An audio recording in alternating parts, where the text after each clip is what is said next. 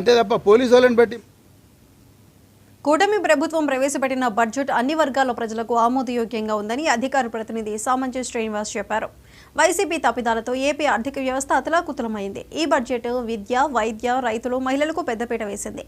బాధ్యత గల ప్రభుత్వం బడ్జెట్ ప్రవేశపెడితే ఎలా ఉంటుందో అర్థమవుతోందని, ప్రతిపక్ష హోదా ఇస్తే తప్ప జగన్ అసెంబ్లీకి వస్తాననటం సిగ్గుచేటని సామంచి ఎద్దేవా చేశారు.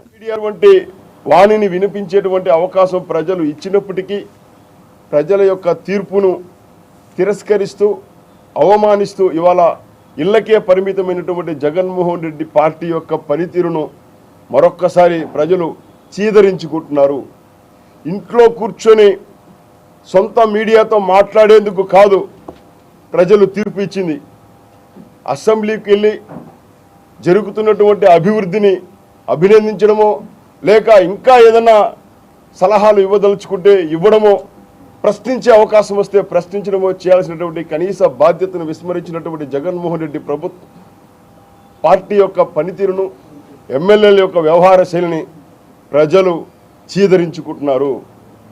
ప్రతిపక్ష హోదా ఇస్తేనే సభకు వస్తానని చెప్పడం ఇది అదేదో ఆడలేక మధ్యలో ఓడనట్టు చేతగాని తనం తప్ప మరొకటి కాదు.